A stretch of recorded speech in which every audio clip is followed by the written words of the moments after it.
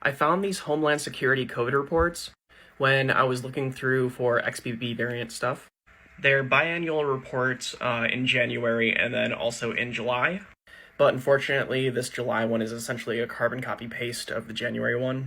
So since I already went through the January one in detail, this is the one I'm going to focus on for this review. The first interesting part of the research is that the current best estimate for infectious dose of COVID is between 36 and 179 viral particles or virions. That's what's needed to cause infection via the inhalation route. And interestingly, the viral load from Omicron is 10 to 100 times higher than that of Delta, which means that all of our XBB variants have greater transmission than what was considered very high with the Delta variant. And as COVID has continued to mutate, there's been a decreased threshold for infectivity with these newer variants. Where the wild strain of COVID needed about 500 virus copies to be infectious, now with the Delta variant, it only needed about 300 virus copies, and current Omicron variants only need about 100 virus copies, meaning it's a lot easier to get infected with these newer variants than it was with the older ones. So COVID has in fact evolved to be more transmissible. And while these variants of Omicron don't have higher viral loads than that of Delta, they replicate faster. So to put those virion particles in perspective, a small study looked at aerosol emission rates, and the emission rate was about 70, 110, 80 viral copies per minute for breathing, talking, and singing respectively. So when the Omicron variants only need about 100 virions to infect someone, just a minute of talking with a person, 110 RNA genome copies will be transmitted, and that's enough to get you infected. And it's important to know that there's substantial variation among individuals with higher emission rates closer to symptom onset. A crazy admission here is that infection in children is underestimated, and children of any age can acquire and transmit infection, where there is some evidence that children younger than 14 and adults older than 75 have longer COVID incubation periods, creating a U-shaped relationship between incubation length and patient age, while adolescents and young adults between 15 and 24 years of age have about a 2-day incubation period.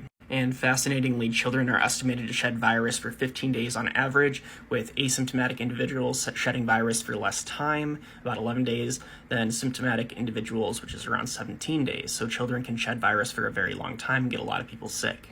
And this is a very interesting one right here. So in a retrospective cohort study, the Omicron variant resulted in 59% lower likelihood of hospitalization or death than the Delta variant, but the Omicron variant resulted in a greater number of absolute transmissions, so more people got infected with Omicron, which resulted in greater absolute hospitalizations.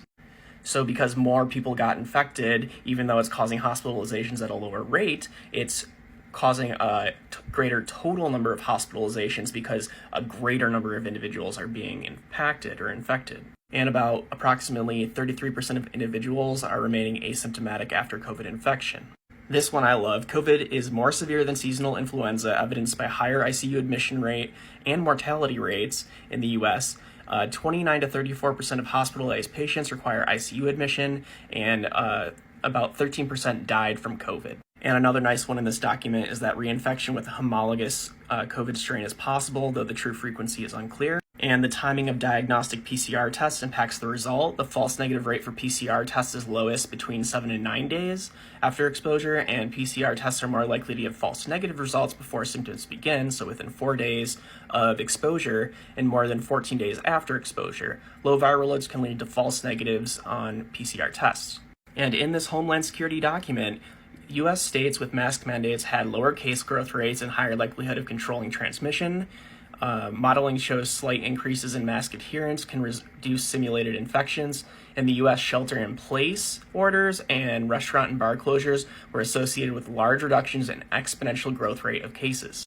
And that reducing capacity of crowded indoor locations, increasing indoor airflow rates, adding portable air cleaners, and wearing masks may reduce indoor transmission. Aerosol infection is not uniform in indoor environments and can be greatly impacted by patterns of ventilation. And that face masks inhibit transmission by both reducing the number of exhaled particles from infectious individuals as well as reducing the number of inhaled particles when worn by uninfected individuals. The safety efficacy of masks depend largely on the type of mask and the way it is worn and the overall fit. And that lifting non-pharmaceutical interventions, so this is something like masking, before widespread vaccine uptake is predicted to increase COVID cases and deaths. Modeling suggests that without vaccination, these non-pharmaceutical interventions will need to be in place for 6 to 12 months after the initiation of vaccination campaigns, because masking and vaccines work synergistically to reduce disease burden and are both needed when vaccine coverage rates are low. This is getting long, so I'm going to pause here and go to a part 2.